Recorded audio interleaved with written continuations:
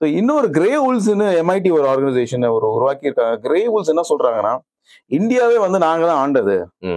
இந்த கஜினி, கோரி அவங்கலாம் டர்க்கிஷ் சுல்தான்ஸ் தான். டெல்லி ஆண்டது டெல்லி சுல்தான்.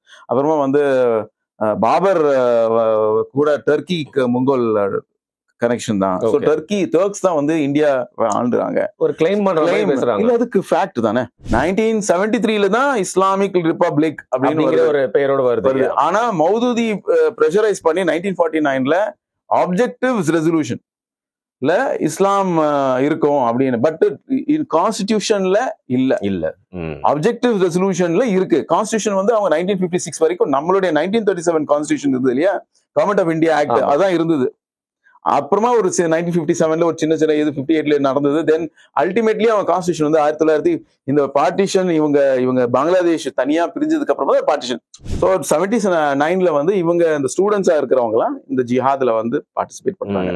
79 to 80.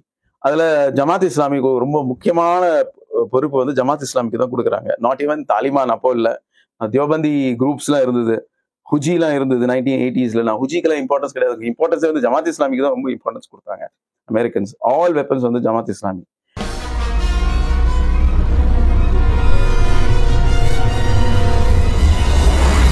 வணக்கம்.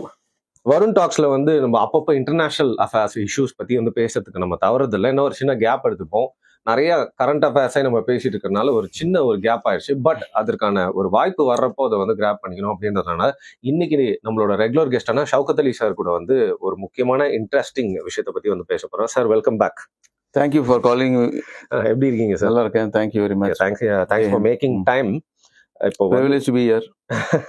சார், நம்ம நிறைய நியூஸ் வந்து பார்த்துட்டு இருக்கோம் அப்படின்னா நம்மளுக்கு கண்ணில் படுற விஷயங்கள் பத்தி மட்டும்தான் வந்து பேசணும் கேட்கணும்னு நினைக்கிறாங்க மீடியால மோஸ்ட்லி. பட் நம்ம பாடு நம்ம லைஃப் போயிட்டே இருக்கும், பேக்ரவுண்ட் நிறைய விஷயம் நடந்துட்டே இருக்கும். ஸோ ஜமாத் இஸ்லாமி இதை வந்து பாத்தீங்கன்னா வந்து ரொம்ப நாளா நீங்க மென்ஷன் பண்ணிருக்கீங்க தவிர்த்து அதை குறித்து நான் வந்து பேசணும்னு நினைச்சேன். அதற்கான சிறப்பான வாய்ப்பு இப்போ வந்து அமைந்திருக்கு. டர்க்கியை பத்தி நம்ம ஏற்கனவே பேசியிருக்கோம், நம்மளோட ஒரு 2வது வீடியோல பேசியிருக்கோம் அப்படின்னு நினைக்கிறேன். ஆனா இதை பத்தி அதிகமா வெளியில தெரியுது இல்லை அப்படிங்கறதுனால I want to take it as a topic. So இதோட பேக்ரவுண்ட் என்ன அப்படின்னு சொல்லிட்டு எங்களுக்கு விளக்குங்க சார். ரீசெண்டா உங்களுக்கு ஒரு நியூஸ் ஐட்டம் வந்திருக்கு இல்லையா, இந்த டர்க்கி, ஜமாத் இஸ்லாமி, அப்புறமா பாகிஸ்தான் இந்தியா அகேன்ஸ்டா சதி செஞ்சுட்டு இருக்கிறாங்க. இது வந்து extension of war against India. இதுல என்ன கட்டுதுன்னா, ஆபரேஷன் சிந்தூர் இன்னும் முடியல, செஷன் ஆஃப் ஹாஸ்டிலிட்டிஸ் தான் இருக்கு, வார் ஸ்டில் கண்டினியூஸ். ஓகே, நம்மளுக்கு ஷேடோ வார் ஆல்சோ கண்டினியூஸ். தியேட்டர்ல வார் இல்லாம இருக்கலாம், but behind the scenes war Pakistan, Turkey and அவங்களுடைய அட்ஜங்க்ட் ஜமாத் இஸ்லாமி பண்ணிக்கிட்டு தான் இருக்கிறாங்க. அது ஸ்பெஷலி அந்த ஜமாத் இஸ்லாமி பங்களாதேஷ் பொறுத்து அந்த நியூஸ் இப்போதான் வந்தது, லாஸ்ட் மந்த் வந்திருக்குன்னு நினைக்கிறேன். ஒன் திங் நம்ம என்ன அண்டர்ஸ்டாண்ட் பண்ணணும்னா, டர்க்கி எம்ஐடின்னு ஒரு ஆர்கனைசேஷன் இருக்கு. ஓகே, மில்லத்னா நேஷனல் இஸ்தக்பாராத்னா இன்டெலிஜென்ஸ் தக்சிலாத்தி, that is organisation, national intelligence organisation. இது வந்து ரொம்ப காலமா வந்து இஸ்லாமிக் அடிப்படைவாதிங்க கண்ட்ரோல்ல தான் இது இருந்திருக்கு. எர்தோகான் வந்ததுக்கு அப்புறமா, எர்தோகானுக்கு முன்னாடி கூட சில அடிப்படைவாதிகள் இதில் இருந்தாங்க. அவங்க டர்க்கியோட இந்த ரிலீஜியஸ் ஃபண்டமெண்டலிஸ்டோட இருக்கிற ரிலேஷன்ஸ், ஜமாத் இஸ்லாமி, ஜமா இஸ்லாமியா இருக்கட்டும், முஸ்லீம் பிரதரோட இருக்கட்டும், அதை அவங்க ரொம்ப டாக்டிக்கலாக அதை யூஸ் பண்ணி ரஷ்யாவுக்கு அகேன்ஸ்டா, ரஷ்யா வந்து யுஎஸ்எஸ்ஆர் ஒளிஞ்சிட்ட பிறகு ரஷ்யா இருந்தது, அந்த ரஷ்யாவும் காலி பண்ணணும்ன்றதுனால, டர்க்கி நேட்டோ கண்ட்ரியா இருந்ததுனால டர்க்கிக்கும் ரஷ்யாவுக்கும் ரொம்ப பிரச்சனைகள் இருந்தது. அதனால அவங்க வந்து இந்த மாதிரி ஃபண்டமெண்டலிஸ்ட் குரூப்ஸ், தீவிரவாத கொள்கைக்குள்ள ஜமாத் இஸ்லாமி, அவங்கள வந்து ரஷ்யாவுக்கு அகேன்ஸ்டா முதல்ல யூஸ் பண்ணாங்க. செச்சனியால, தென் போஸ்னியால 1988ல இருந்து அந்த ப்ராப்ளம் ஸ்டார்ட் ஆயிடுச்சு, ஃபால் ஆஃப் இது. பிளஸ் வந்து டர்க்கி சம்பந்தப்பட்ட சில நாடுகள்லாம் வந்து சோவியத் ரஷ்யா கண்ட்ரோல்ல இருந்து வெளியே வந்திருந்தாங்க. ஸோ அங்கெல்லாம் அவங்க கண்ட்ரோல் பண்ணணும்னு சொல்லி அங்கெல்லாம் அவங்க வந்து இந்த மாதிரி ஃபண்டமெண்டல்ஸ் ஆக்டிவிட்டிஸ் ரொம்ப பண்ணாங்க. டர்க்மெனிஸ்தான் எடுத்துக்கோங்க. ஓகே, யுஎஸ்எஸ்ஆர்ல டர்க்மெனிஸ்தான் சோசியலிஸ்ட் ரிபப்ளிக் இருந்தது. போனதுக்கு அப்புறம் தனியா டர்க்மெனிஸ்தான் ஆயிடுச்சு. அந்த கண்ட்ரோல் பண்ண ட்ரை பண்ணாங்க. பட் அங்க வந்து அந்த கவர்மெண்ட் இந்த ஆக்டிவிட்டிஸ்லாம் அலோவ் பண்ணவே இல்லை. ஸோ எம்ஐடி ஓட links with extremist Muslim organisations இந்த காலகட்டத்தில் 1958 இருந்து ஹெச்யூடி வந்து அவங்க உயிர் கொடுத்ததே வந்து ஹெச்யூடி 1958 இருந்து நபானியை வந்து அவங்க வந்து வளர்த்துட்டு இருந்தாங்க. தென் தேவையான போது ஹக்கான் ஃபிதான்னு எம்ஐடியோட தலைவர் வந்தாரு. ஓகே, அவர் வந்து இவங்களை நல்ல யூஸ் பண்ணிக்கிட்டாரு. எங்கன்னா முதல்ல லிபியால யூஸ் பண்ணாரு இந்த குரூப்பை, டர்க்கி ஈராக்ல யூஸ் பண்ணாங்க. பட் பெரும்பாலும் ஓப்பனா வந்து நேட்டோ படையோட வந்து ஒர்க் பண்ணது வந்து லிபியால கடாஃபியோட கவர்மெண்ட் ஓவர் த்ரோ பண்றதுக்கு. அப்புறமா இதே கடாஃபியை ஓவர் த்ரோ பண்ணதுக்கு அப்புறமா இந்த குரூப் எல்லாம் எங்க மூவ் ஆச்சுன்னா சிரியாவுக்கு மூவ் ஆயிடுச்சு. ஸோ மிலிட்ரி இது இப்போ இருக்கிற தலைவர் இப்ராஹிம் கலீன் இருக்காரு. அவர் வந்து இஸ்லாமிக் யூனிவர்சிட்டி ஆஃப் மலேசியாவில் எம்ஏ டிகிரி எடுத்திருக்காரு, வாங்கியிருக்காரு, படிச்சிருக்காரு. இப்போ கூட அந்த யூனிவர்சிட்டியில வந்து ஒரு நியூஸ் பேப்பர் வருது, அதுக்கு வந்து அட்வைசரி சூப்பர்வைசரி கமிட்டியில காலின் இருக்காரு. Okay, is still there. அப்போ மலேசியாவோட பழைய கனெக்ஷன்ஸ் இருந்ததுனால சிரியாவுக்கு வந்து யுகியூஸ் ரொம்ப பேர் வந்து அந்த ஏன்னா இவங்களுக்கு ஆள் தேவைப்பட்டது. ஸோ மலேசியாவை யூஸ் பண்ணி யுகியூஸை வந்து மலேசியா கொண்டு வந்து மலேசியால இருந்து டர்க்கிக்கு அவங்க இது கொடுத்து அவங்களுக்கு அசைலம் கொடுத்து இந்த டர்க்கியில இருக்கிறவங்களை வந்து இங்க அனுப்புனாங்க. எங்க அனுப்புனாங்கன்னா சிரியாவுக்கு அனுப்புனாங்க. ஓகே, இந்த யுகியூஸ்க்கும் டர்க்ஸ்க்கு என்ன கனெக்ஷன்னா யுகியூஸும் டர்க்ஸ் தான். டர்க்ஸ் வந்து ஒரே இனம். டர்க்ஸ் வந்து நீங்க நினைக்கிற மாதிரி இன்னைக்கு இருக்கிற டர்க்கில டர்க்ஸ் இல்ல, சென்ட்ரல் ஏஷியால டர்க்ஸ் இருந்தாங்க. அப்புறமா நாளடையில அவங்களுக்கு மொங்கல்ஸ்க்கு பிரச்சனை வந்ததுனால அவங்க அப்படியே மைக்ரேட் ஆகி இவங்க எங்கெங்கன்னா போனாங்களோ அங்கெல்லாம் வந்து மொங்கல்ஸ் இவங்களை ஃபாலோ பண்ணி துரத்தி அடைச்சாங்க. கடைசியில் அவங்க போய் சேர்ந்தது அனட்டோலியால சேர்ந்தாங்க, கிரீக் கண்ட்ரோல்ல இருந்தது அப்போ. ஸோ இந்த யுகியூஸ்க்கும் இந்த டர்க்ஸ்க்கு ரொம்ப கனெக்ஷன் இருக்கு. ஓகே, ஸோ இன்னைக்கு நீங்க இப்போ இருக்கிற ஹயாத் அலி ஷாம் என்ற ஒரு அமைப்பு இருக்கு இல்லையா, அது வந்து டர்க்கி கண்ட்ரோல் தான். அதுல பாத்தீங்கன்னா கமாண்டர்ஸ், சிரியன் ஆர்மி கமாண்டர்ஸே வந்து யுகியூஸா இருக்கிறாங்க. ஓகே, ஒபிஷியலா அவங்க வந்து கமாண்டர் ஆஃப் தி சிரியன் ஆர்மின்னு கொடுத்துறாங்க, சிட்டிசன்ஷிப்பும் கொடுக்குறாங்க அவங்க. இப்போ இதுல இருந்து என்ன தெரியுதுன்னா இந்த மாதிரி ஆளுங்களை, எங்கேயே இருக்கிற ஆளுங்களை ஈஸியா டர்க்கி ஒரு கான்டினென்ட்டை இருந்து இன்னொரு கான்டினென்ட்டுக்கு ஈஸியா வந்து கொண்டு வரலாம். கண்டியூட்ஸ் கண்ட்ரிஸ் இருக்கு, பாகிஸ்தான் இருக்கு, மற்ற கண்ட்ரிஸ்லாம் இருக்குன்னு நமக்கு தெரிய வருது. ஸோ இன்னொரு கிரே உல்ஸ்ன்னு எம்ஐடி ஒரு ஆர்கனைசேஷன் உருவாக்கியிருக்காங்க. கிரே உல்ஸ் என்ன சொல்றாங்கன்னா இந்தியாவே வந்து நாங்க தான் ஆண்டது. இந்த கஜ்னி, கோரி அவங்கலாம் டர்க்கிஷ் சுல்தான்ஸ் தான். டெல்லி ஆண்டது டெல்லி சுல்தான். அப்புறமா வந்து பாபர் கூட டர்க்கிக்கு முங்கோல் கனெக்ஷன் தான். ஸோ டர்க்ஸ் தான் வந்து இந்தியா ஆண்டுறாங்க. ஒரு கிளைம் பண்றாங்க. இல்ல அதுக்கு ஃபேக்ட் தானே. சரி, கஜ்னி இஸ் ஆல்சோ டர்க்கி. என்ன கஜ்னி, கோரி அவங்களாம் வந்து கஜ்னி முகமது தான் வந்து டர்க்கிஷ் தான். அவங்க வந்து இதுக்கு முன்னாடி அப்பாசிட் கலீஃபாவுடைய ஒரு கமாண்டர் தான் அவங்க. இவங்க ஒட்டமான் கலீஃபான்னு சொல்றாங்களே, அதோட எக்ஸ்டென்ஷன் தான் நாங்கன்றாங்க. ஒட்டமான் இப்போ இருக்கிற டர்க்கி நாங்க தான் அந்த ஒட்டமானோட எக்ஸ்டென்ஷன். இந்த ஏகேபி பார்ட்டி இருக்கு இல்லையா, எர்டோகானோட பார்ட்டி என்ன சொன்னா நாங்க சக்சஸர், கிலாஃபத்துக்கு நாங்க சக்சஸர் அப்படின்னு தான் சொல்றாங்க. இதுல ஜாக்கிர் நாயக் கூட இவர் தான் கலீஃபான்னு கூட சொல்லியிருக்காரு. ஓகே, இப்போ டைனாமிக்ஸ் எப்படி இருக்குன்னா இந்தியா வந்து is a target country. MIT ரொம்ப வருஷமா டார்கெட் பண்ணிட்டு இருக்கு. எம்ஐடி இன்ஃபேக்ட் வந்து இங்க இருந்து ரொம்ப பேர் இதுக்கு கூட ரெக்ரூட் பண்ணிருக்காங்க. சிரியன் டெரர் ஆக்டிவிட்டிஸ் கூட இங்க இருந்து ரொம்ப பேர் போனதெல்லாம் நீங்க எல்லாம் படிச்சு பார்த்திருப்பீங்க. அது அந்த சிங்கப்பூர்ல இருந்து ஒருத்தன் வந்தா, சென்னைக்கு வந்தா, இங்க போனா டேல் ஆஃப் டூ சிட்டிஸ் அப்படின்னு சொல்லி ஹிந்துல வந்திருக்கோம். பிரவீன் சுவாமி எழுதியிருப்பாரு, எப்படி அவன் சிங்கப்பூர்ல இருந்து இங்க வந்து எப்படி டர்க்கிக்கு போனாங்க, டர்க்கில இருந்து எப்படி இட்லிப்க்கு வந்தாங்க அப்படின்ற ஹிஸ்டரிலாம் இருக்கும். அது டோட்டல் ஆக்டிவிட்டிஸ் பண்ணது வந்து எம்ஐடி தான். பிளஸ் எம்ஐடிக்கு வேண்டிய ஆளுங்கெல்லாம் வந்து எம்ஐடி த்ரூ ப்ராக்சிஸ் வந்து தமிழ்நாட்டிலேயே அந்த ப்ரொபகேண்டா வந்து சிரியாவில் ஒரு பெரிய இது நடக்குது, இனப்படுகொலை நடக்குது, நம்ம சும்மா இருக்க முடியாது, நம்ம வந்து போராடணும்னு சொல்லி ரொம்ப பேர் பேசி இருக்கிறதெல்லாம் உங்களுக்கு தெரியும். அந்த வீடியோஸ்லாம் உங்களுக்கு முதல்ல நான் அனுப்பியிருக்கேன். 14-15 இருந்திருக்கு. ரீசெண்டா கூட அந்த வீடியோஸ் இருக்கு. ஸோ அவங்க டர்க்கி பாகிஸ்தானோட பிளான் என்னன்னா இந்தியாவை இன்டர்னலி எப்படி உடைக்கணும், வெளில இருந்து அடிக்கிறத விட உள்ள இருந்து அடிக்கணும். ஏன்னா அதுதான் நம்மளுடைய ஃபாரின் மினிஸ்ட்ரியும் அதான் சொல்லியிருக்கு.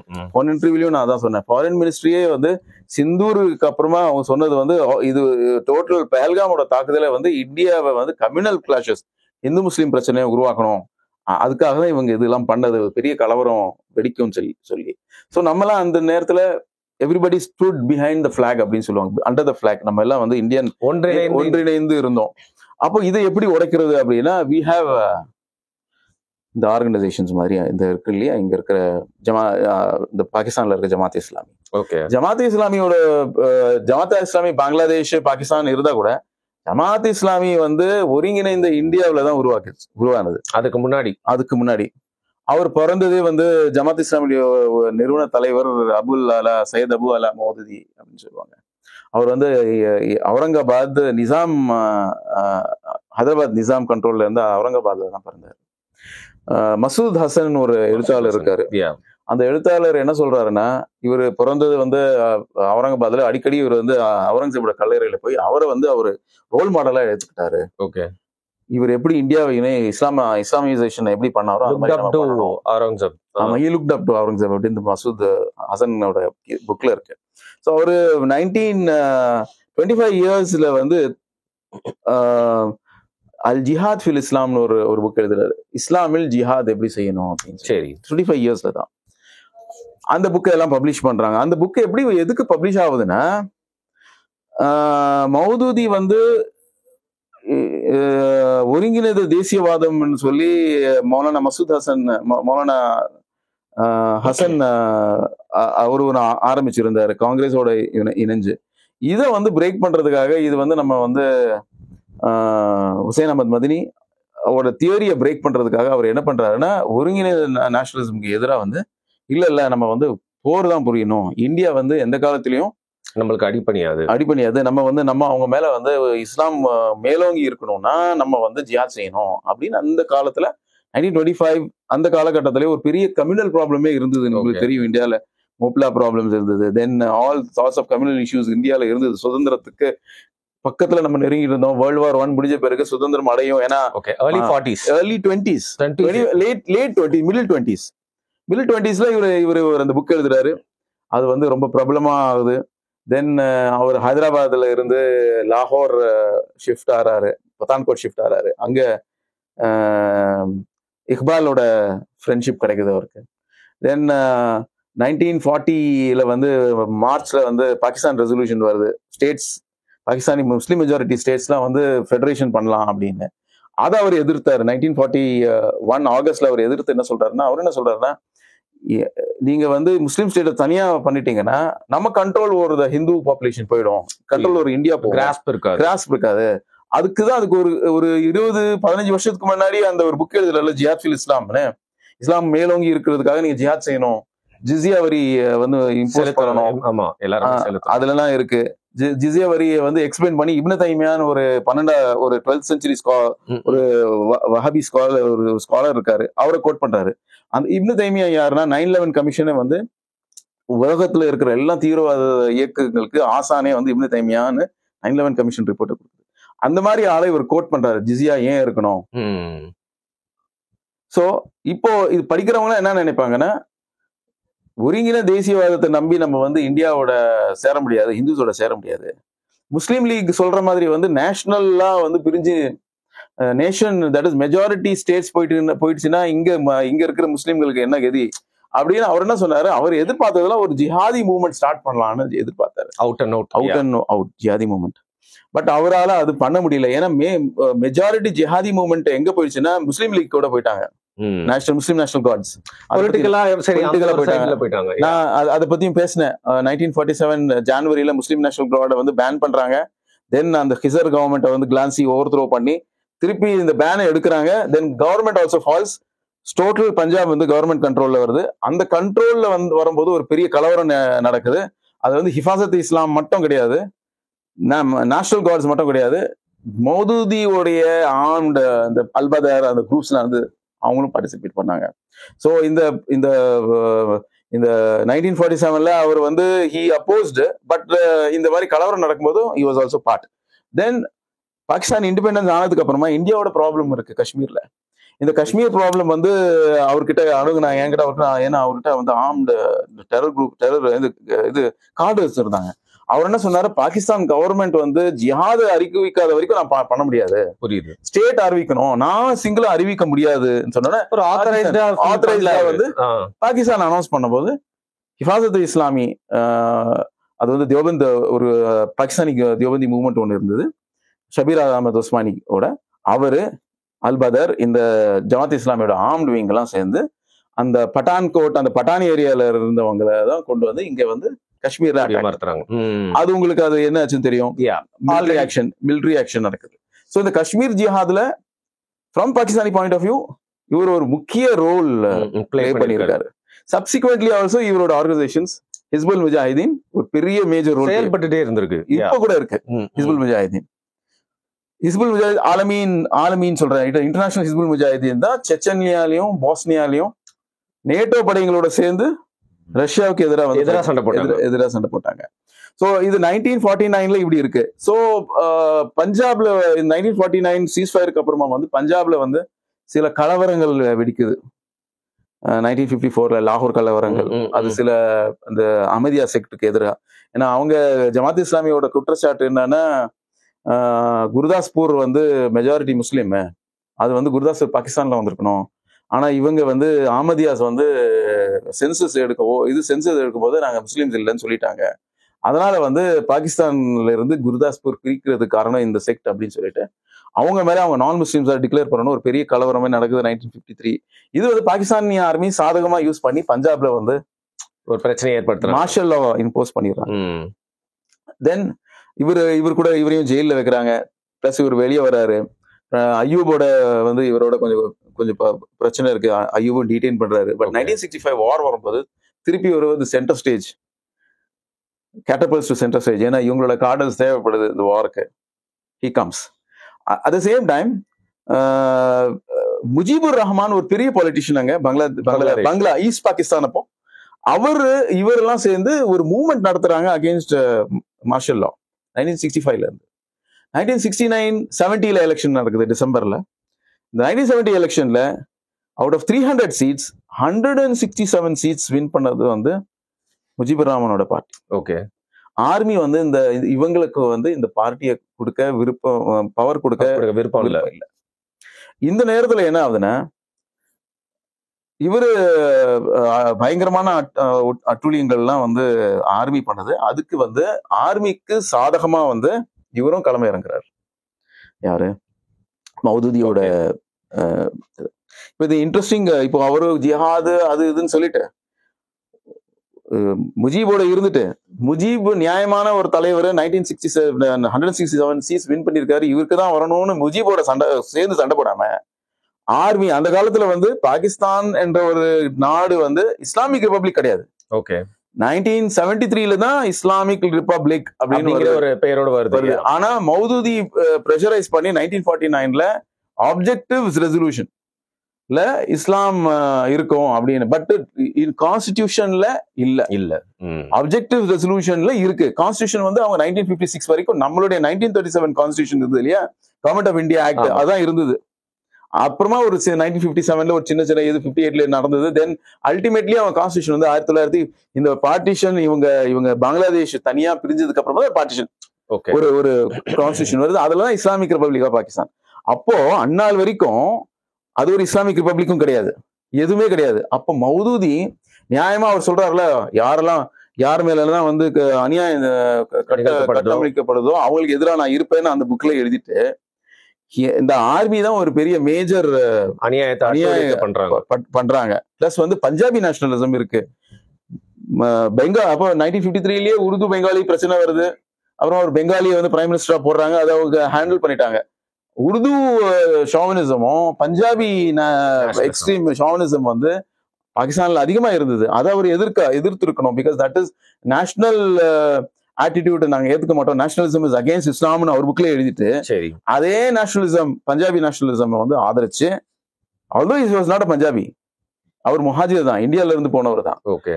இவர் என்ன பண்றாரு, பாகிஸ்தானி ஆர்ம்டு ஆர்மி எஸ்டாப்ளிஷ்மெண்ட் கை கோத்துட்டு அங்க இருக்கிற முஸ்லிம்கள், முஜிபுர் ரஹ்மான் யாரு, முஸ்லிம் ஈஸ்ட் பாகிஸ்தான்ல இருந்தவங்க யாரு, முஸ்லிம். இவங்களோட முஸ்லீம் லீகோட ஆரிஜினே வந்து ஈஸ்ட் பெங்கால் தான். 1905 ஸ்டார்ட் ஆகுது. ஸோ அவங்க தான் ரொம்ப அவங்க நவாப் சலீமுல்லா அண்ட் அதர் பீப்புள் அவங்க தான் ஸ்டார்ட் பண்ணது. அவங்க தான் இந்த 1909 மின்டோ மார்லி ரிஃபார்ம்ஸ்ல முஸ்லிம்களுக்காக என்ன தேவையோ அது பாங்க. பிளஸ் அந்த பார்ட்டிஷன் ஆஃப் பெங்கால் அவங்க தான் பண்ணாங்க. அது வந்து ஒரு ப்ரிலியூட். அவ்வளவு அவங்க பண்ணிட்டு இவங்களை வந்து இவரு மிலிட்ரி என்ன சொல்லிச்சோ, மிலிட்ரி யாருன்னா வந்து இவன் ஆன்டி இஸ்லாம் அப்படின்னா உடனே மிலிட்ரியோட சேர்ந்து அவங்கள வந்து மர்டர் பண்ணார். 1971 என்ன நடந்தது தெரியும். Pakistan last. Okay. Mujibur Rahman government வருது. முஜிபுர் ரஹ்மான் கவர்மெண்ட் வந்தாலும் முதல் வேலை இவங்களை பேன் பண்றாங்க. முஜிபுர் ரஹ்மான் இன்டர்நேஷனல் வார் கிரிமினல்ஸ் ட்ரைபுனல் நடத்துறாரு. அப்போவே இந்த ட்ரிபியூனல் வந்துடுச்சு. பட் என்ன ஆகுதுன்னா 1975ல ஒரு 1973லயே வந்து 1975ல வந்து ஜஹீர் ஷாக்கு அப்புறமா சர்தார் தாவூத் ஆப்கானிஸ்தான்ல வராரு. சர்தார் தாவூதும் இவங்களும் முஜிபுர் ரஹ்மானும் மீட் பண்றாங்க. இவங்களுக்கு அமெரிக்காவுக்கு பாகிஸ்தானுக்கு என்ன பயம் வரும்னா, ஆல்ரெடி பாகிஸ்தான் துண்டா போயிடுச்சு. இப்போ வந்து இப்போ சவுத் ஏஷியாலே வந்து கம்யூனிசம் இல்லை. ஆனா first communism influenced area country எதுனா ஒன்னு ஆப்கானிஸ்தான். சர்தார் தாவூதோட ரிஜிம் வந்துடுச்சு. Align with people's democratic party of Afghanistan, communist party. Plus வந்து இங்க ஒரு லெப்டிஸ்ட் கவர்மெண்ட் வந்திருக்கு. சோ இது வந்து ஈஸியா வந்து ப்ரோ சைனா கம்யூனிஸ்டோ இல்ல வந்து ப்ரோ ரஷ்யன் கம்யூனிஸ்டா மாறுறதுக்கு வாய்ப்புகள் இருக்கு. ஒரு த்ரெட் இருக்கு. ஃபிலிம் பண்ணி என்ன பண்ணாங்க, முஜிபுர் ரஹ்மானை அசாசினேட் பண்றாங்க. இவரோட சர்தார் தாவூத் வந்து ஒரு 3 வருஷத்துக்கு அப்புறமா அசாசினேட் பண்றாங்க. அது வந்து அது பெரிய ஒரு ஹிஸ்டாரிக்கலி சிஏஏவோட வேலை தான் அது. இல்ல, அது சிஏஓட வேலைன்னு சொல்றாங்க. But we are not sure about it. ஏன்னா அது வந்து கம்யூனிஸ்ட் கூட பண்ணிருக்கலாம். ஏன்னா நூர் முகமது தராக்கி தான் அது பண்ணது. ஸோ கம்யூனிஸ்ட் மூவ்மெண்ட் க்ரோஸ் இன் ஆப்கானிஸ்தான். சைமல்டேனியஸ்லி இப்போ வந்து 1975ல முஜீப் இறந்ததுக்கு அப்புறமா you have the general Ziaur ரஹ்மானோட இது வருது. இவங்களை என்ன பண்றது? இப்போ நம்ம வந்து சோவியத் ரஷ்யாவை சேலஞ்ச் பண்ணணும். 77ல கவர்மெண்ட், 78ல கவர்மெண்ட் காலி ஆயிடுச்சு Afghanistan government. Chances of communism spreading to Pakistan, invasion எல்லாமே அந்த ப்ராப்ளம் இருந்ததுனால ஸோ இந்த வார் கிரைம்ஸ் ட்ரிபியூனல்ஸ் எல்லாம் ஸ்டாப் பண்ணிட்டு 78ல இவங்களுக்கு திருப்பி ரெகக்னைஸ் பண்றாங்க. 75ல முஜிபுர் ரஹ்மானுக்கு அப்புறமா வந்து சவுதி கவர்மெண்ட் ரெகக்னைஸ் பண்றாங்க பங்களாதேஷ. Pakistan also recognises. தென் முஜிபுர் ரஹ்மானுக்கு அப்புறமா இவர் ஜியாவுல் ஹக் வந்த பிறகு ஒரு 2 வருஷத்துக்கு அப்புறமா இந்த பேனை எடுத்துடுறாரு. ஃபைன். தென் ஒரு பெரிய கட்டாக்லிஸ்மிக் இது ஒரு இன்சிடென்ட் என்னன்னா, இன்வேஷன் சோவியத் ரஷ்யா வந்து தன்னோட ஓன் பார்ட்டி மெம்பர் அபிதுல்லா அவீனை ஓவர்த்ரோ பண்றதுக்காக படையெடுத்து உள்ள வந்ததுதான். பெரிய முட்டாள்தனமா அவங்களோட ஓன் பார்ட்டி மேனை இது பண்றதுக்காக பண்ணதுனால அது ஒரு கேட்டலிஸ்டா மாறி போச்சு. இப்போ 1979 வரைக்கும் இது ஆப்கானிஸ்தானுக்கு நடக்கிற நேரத்துல இவர் வந்து உடம்பு சரியில்லாம இவர் எங்க போறாருன்னா, மௌதூதி எங்க போறாருன்னா அமெரிக்காவுக்கு போறாரு ட்ரீட்மெண்ட். அங்கேயே அவர் ட்ரீட்மெண்ட் பலிக்கலன்னு இறந்துடுறாரு. அதாவது துஃபைல் அஹமத் அவருடைய சொந்தக்காரர் வர்றாரு. அவரு வந்து ஜெனரல் ஜியாவுல் ஹக்கோட சொந்தக்காரர் as president of Jamaat Islami. So இவங்க 2 பேர் கை கோத்துடுறாங்க. கை கோத்துட்டு என்ன ஆகுது உங்களுக்கு தெரியும். 1980ல வந்து 79ல சோவியத் ரஷ்யா வந்ததுக்கு அப்புறமா கார்ட்டர் ரெஜிமும் ரீகன் ரெஜிமும் வந்து ஜமாத் இஸ்லாமி ஆக்டிவேட் பண்றாங்க. இதுக்கு முன்னாடி 1975ல சர்தார் தாவூத் வந்ததுனால இதே ஜமாத் இஸ்லாமி ஆக்டிவேட் ஆகுது ஆப்கானிஸ்தான்ல. அந்த வழியில வந்தவங்க தான் குல்புதீன் ஹிக்மத்தியார், ஜமாத் இஸ்லாமி ஆப்கானிஸ்தான் அந்த ஜமாத் அந்த குரூப். ஸோ 79ல வந்து இவங்க இந்த ஸ்டூடெண்ட்ஸா இருக்கிறவங்கலாம் இந்த ஜிஹாத்ல வந்து பார்ட்டிசிபேட் பண்றாங்க. 79 to 80 அதுல ஜமாத் இஸ்லாமிக்கு ரொம்ப முக்கியமான பொறுப்பு வந்து ஜமாத் இஸ்லாமிக்கு தான் கொடுக்குறாங்க. நாட் ஈவன் தாலிபான் அப்போ இல்ல, தியோபந்தி குரூப்ஸ் எல்லாம் இருந்தது, ஹுஜி எல்லாம் இருந்தது 1980ஸ்ல. ஹுஜிக்கெல்லாம் இம்பார்ட்டன்ஸ் கிடையாது. இம்பார்ட்டன்ஸ் வந்து ஜமாத் இஸ்லாமிக்கு தான் ரொம்ப இம்பார்ட்டன்ஸ் கொடுத்தாங்க அமெரிக்கன்ஸ். ஆல் வெப்பன்ஸ் வந்து Jamaat Islami. At the same time Ahmad Shah மசூத்க்கும் கொடுத்தாங்க. பட் மெயின் வார் பண்ணது வந்து அஹமத் ஷா மசூத் தான். Okay, not Hekmatyar. இருந்தாலும் அவருக்கு importance all training American weapons, latest வெப்பன்ஸ்லாம். வெப்ஸ்டர் கேஸ் என்ன சொல்றாருன்னா, டோட்டல் அமெரிக்கா நேட்டோவில் இருக்கிற எல்லா வெப்பன்ஸ் ட்ரைனிங் கொடுத்தாங்க, இன்க்ளூடிங் ஸ்டிங்கர் மிசைல்ஸ். ஸ்டிங்கர் மிசைல்ஸ்னா anti aircraft, shoulder fire anti aircraft. இப்போ நம்ம ஆன்டி ஏர்கிராஃப்ட் எப்படி என்ன மாதிரி இப்போ நம்ம என்ன பார்க்குறோம்னா, இட் இஸ் ஜஸ்ட் ஒரு மிசைல் பேட்டரி சிஸ்டம் அது. அப்போ இது ஷோல்டர் ஃபயர். அதுல வந்து அடிக்கணும். Shoulder fire is easy, wire இதுல அடிக்கும். அந்த மாதிரி மிக்ஸ் எத்தனையோ விழுந்தது, எத்தனையோ வந்து ஹெலிகாப்டர்ஸை வந்து காலி பண்ணாங்க. மோஸ்ட்லி இந்த மிக்ஸ் போனதுனால தான் ரஷ்யா சோவியத் யூனியனால சரியா ஃபைட் பண்ண முடியல. பெரிய வீக்னஸ் ஆயிடுச்சு. பிகாஸ் அது வந்து இது மவுண்டனஸ் டெரெயின். நீங்க எவ்வளவுதான் ஹை போனா கூட உங்களுக்கு ஆங்கிள் வந்து ஸ்ட்ரைட்டா தான் இருக்கும். மேல எப்படி பார்த்து அடிக்க வேண்டாம், straight. But it is heat seeking missile. So அந்த மாதிரி மிசைல்ஸ் எல்லாம் ரொம்ப ஈஸியா இவங்களுடைய சிஸ்டம் எல்லாம் வந்து டேமேஜ் பண்ணிட்டாங்க. ஸோ வழியே இல்லாம திஸ் பீப்புள் விட்ரா. ஸோ இப்போ சோவியத் யூனியன் விட்ரா ஆனதுக்கு அப்புறமா இந்த ஜமாத் இஸ்லாமி, ஹிஸ்புல் முஜாஹிதீன்லாம் எங்க வருவாங்க? இந்தியால வந்து உங்களுக்கு என்ன நடந்தது காஷ்மீர்ல? You know that. காஷ்மீர்ல என்ன தொடர் பிரச்சனைகள்.